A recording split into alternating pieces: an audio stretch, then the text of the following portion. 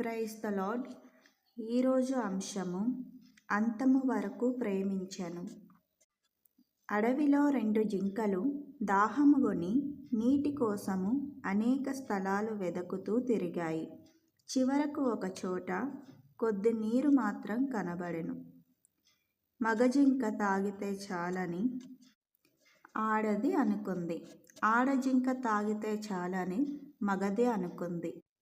అయితే ఒకదాని విడిచి ఒకటి త్రాగుట సంభవించదని గ్రహించిన 2 జింకలు గుంటలో మూతి పెట్టాయి కానీ నీరు తగ్గిపోలేదు.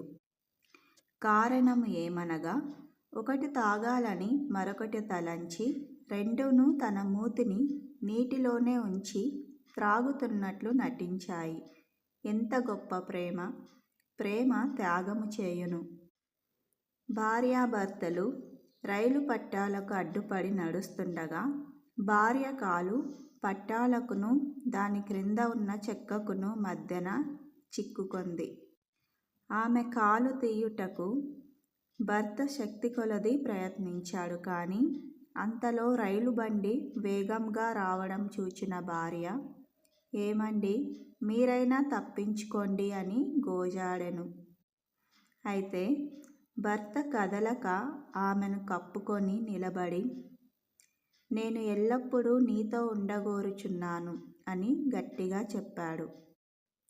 ఇద్దరూ ఒకే సమయాన చనిపోయారు. మన ప్రియ ప్రభువు లోకములోనున్న తన వారిని ప్రేమించి వారిని అంతము వరకు ప్రేమించెను అని బైబిలు చెప్పుచున్నది.